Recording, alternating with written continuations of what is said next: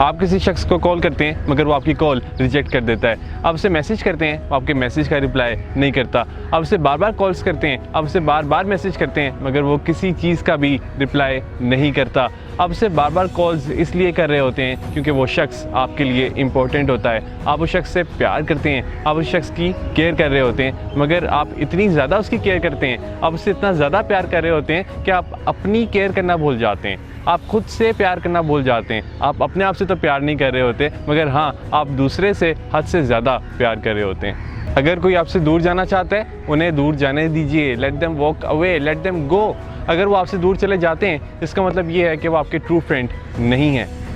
क्या फ़ायदा इतनी रिक्वेस्ट करने का कि मुझसे बात कर लो, मैं तुम्हारे बगैर नहीं रह सकता, प्लीज़ मेरे साथ ऐसा ना करो। इससे क्या इंप्रेशन जा रहा है? इससे इंप्रेशन ये जा रहा है कि आप नीडी हैं, आपको उस शख्स की ज़रूरत है और उस शख्स को आपकी ज़रूरत नहीं है।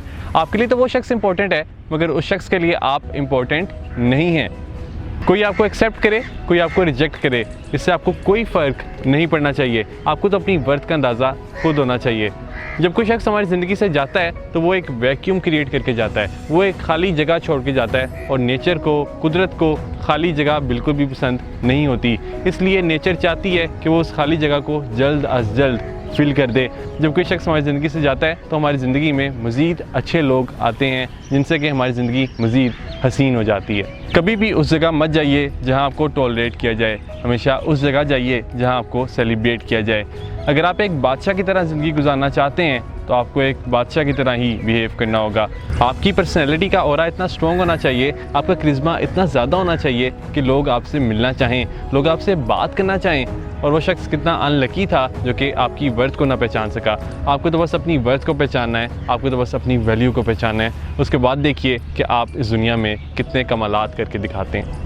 ग्राहम बेल ने कहा था कि जब एक दरवाज़ा बंद हो रहा होता है हमारी ज़िंदगी में तो हम उस पर इतना अफसोस करते हैं, हम उस पर इतना रोते हैं कि हम नोटिस ही नहीं करते उस नए दरवाजे को जो कि हमारी ज़िंदगी में ओपन हो रहा होता है। दरअसल ब्रेकअप भी एक अपॉर्चुनिटी है मूव ऑन करने के लिए। कभी भी किसी को अलाउ ना करें कि वो आपकी फीलिंग्स के साथ खेल सके। कभी भी किसी को इतनी पावर ना दें कि वो आपकी सोचों पर कब्जा कर लें। लाइफ बाईसाइकिल की तरह होती है, अगर हम बैलेंस को मेंटेन रखना चाहते हैं तो हमें मूव करते रहना होगा।